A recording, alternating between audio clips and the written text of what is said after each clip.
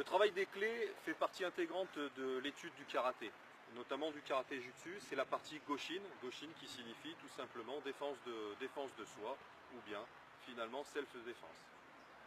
L'étude des clés selon les écoles de self-défense sera toujours, on aura toujours un premier temps avec une esquive, un atemi pour enfin finir à la clé.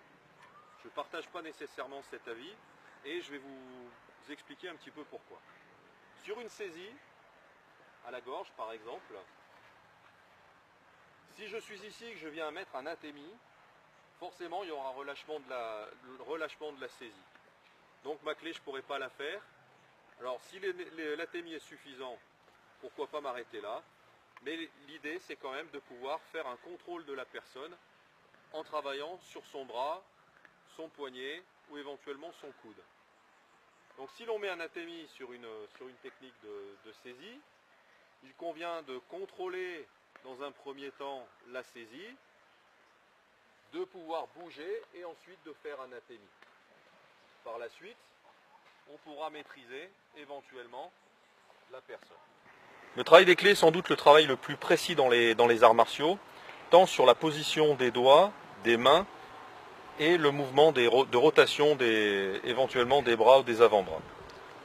Lors de la réalisation d'une clé, vous pouvez plaquer la main de votre partenaire ou adversaire pour effectuer ce genre de rotation afin de réaliser une technique de soumission. Ça ne suffira pas, il faudra ensuite donner un autre angle, notamment à l'aide de votre petit doigt, viser le petit doigt en direction du nombril, de façon à jouer sur l'extension des tendons.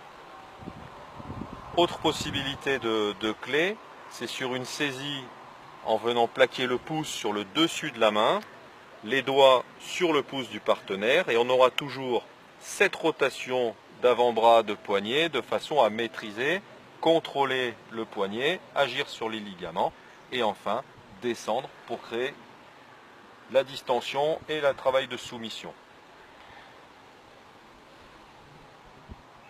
Top.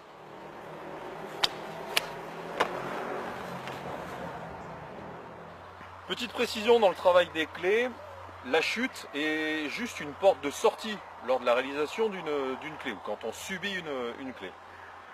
En réalité, lorsque je réalise une clé, le partenaire, je ne lui donne pas la possibilité d'aller jusqu'à la chute.